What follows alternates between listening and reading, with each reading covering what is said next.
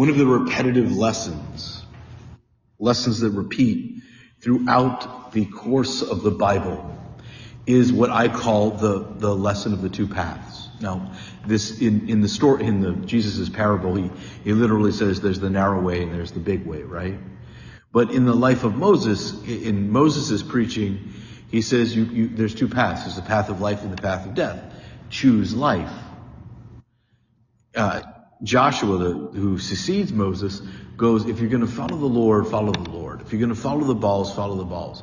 But as for me and my family, we will follow the Lord. You get these two paths. And in most places in Christianity, things are not quite so black and white. Here, they are. Whoever is not for me is against me. Whoever is against me is not for me. Okay? Here's why. Both paths demand everything and promise everything. But the path of life delivers on the promise.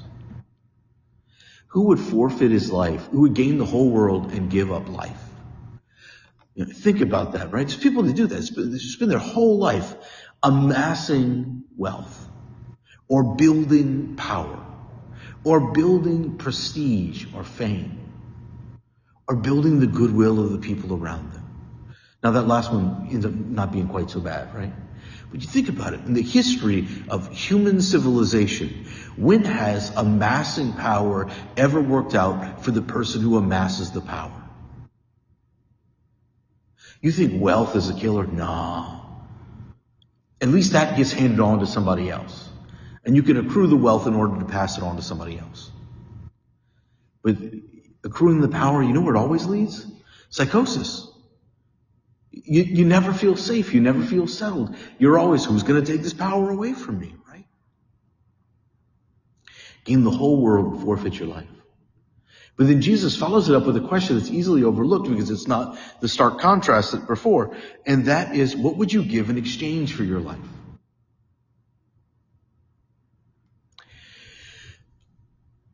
Pascal's wager is a very famous thought experiment in order to demonstrate why you should choose the path of Christianity. Is this the best description? No, not at all. But it is an interesting thought experiment, right?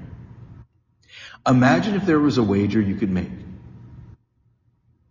And every time you make the wager, you won triple what you put in. And it's 50-50. This game does not exist. The casino would go broke. Okay? That is the exchange you made when you choose faith. Pascal's wager, right? If you choose for Christianity and Christianity is wrong, who cares? If Christianity is right, you go to heaven. If you choose against Christianity and Christianity is wrong, again, who cares? But if Christianity is right, hell is toasty. You start to see, if the exchange is, I give a little or even a lot to gain everything, then there's no reason not to make that choice. And in fact, this appears in the words of Jesus, right? This is the whole point of the parable of the treasure in the field and the pearl of great price, right? Whatever you give in exchange for the treasure in the field is worth less than the treasure in the field. So you always make that trade.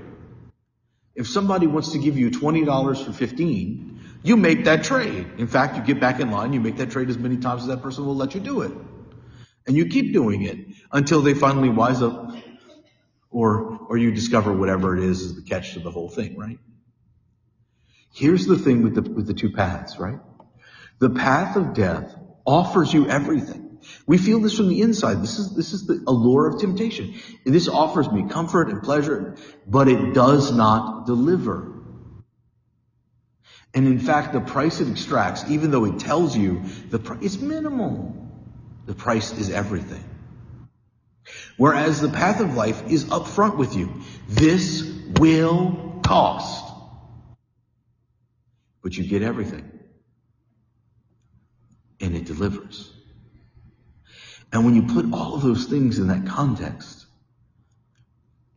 The following the path of Jesus. This is not even at its core, this is the most basic principles of Christianity, although most likely not what the general consensus would understand as it, right? Relationship with Jesus Christ, the fundamental friendship with Jesus Christ that Christianity is, will cost you everything, but you get the world and you get eternal life in exchange for it. What would you give for happiness? The world will promise you happiness and fail to deliver. Christ promises you suffering and you get happiness as well. They both cost everything. They both promise everything. But one delivers on the promise.